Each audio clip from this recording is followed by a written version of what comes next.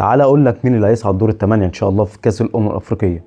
مواجهات كلها صعبه، لكن هقول توقعاتي الشخصيه كده على السريع كده. مصر وبنين ان شاء الله التوفيق يكون حليف منتخب مصر ان شاء الله، ونصعد لدور الثمانية ان شاء الله. شايف ان الماتش المفروض منتخبنا ما يستسهلش بيه، لان بنين فرقه متوسطه، لكن ان شاء الله ربنا يكرمنا ويكون التوفيق حليفنا ان شاء الله. المغرب وتنزانيا، شايف ان المغرب ان شاء الله هتقدر تكسب سكور بسهوله تنزانيا. مواجهه طبعا سهله ان شاء الله، المنتخب المغربي ان شاء الله نتمنى لهم التوفيق ويصعدوا لدور الثمانيه ان شاء الله.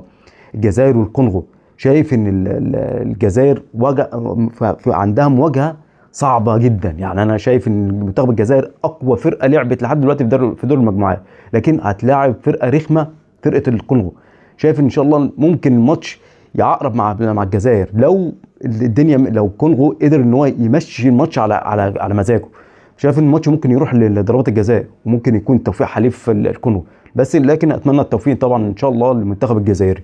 السودان هتلاعب السنغال. للاسف السودان لابسه في الحيط. السنغال طبعا هتكسب بسهوله وهتقدر تصعد لدور الثمانيه. كوت ديفوار هتلاعب بوركينا.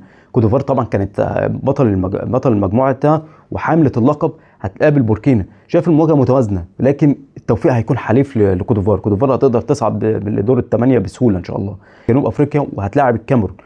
شايف ان برضه مواجهه متوازنه، لكن ممكن الاحتمالات تروح لجنوب افريقيا. جنوب افريقيا هتقدر تصعد لدور الثمانيه. تونس هتلعب مالي. شايف ان الماتش هيبقى صعب على منتخب تونس لو بالمستوى اللي احنا شفناه في دور المجموعات، لكن نتمنى لهم التوفيق ان شاء الله ويصعدوا. ولكن انا رايح لمالي، يعني شايف ان مالي هتقدر تصعد على حساب تونس. نيجيريا هتلعب موزمبيق. نيجيريا ما تفهمهاش حاجه، يعني نيجيريا لعبتها بمزاجيه، لكن تلاقيهم ما يصعدوش كاس عالم مثلا، لكن تلاقيهم في القبل نهائي عادي. يعني اكتر فريق وصل للقبل النهائي في تاريخ كاس الامم الافريقيه هي نيجيريا. نيجيريا هتلعب موزمبيق. موزمبيق شفنا ليها يعني في دوري المجموعات عندهم كوره، لكن مش هيقدروا طبعا يجاروا نيجيريا. نيجيريا ان شاء الله هتقدر تصعد لدور الثمانيه. بقول لي على توقعاتك في الكومنتات، وشوف مين اللي هيصعد لدور الثمانيه ان شاء الله.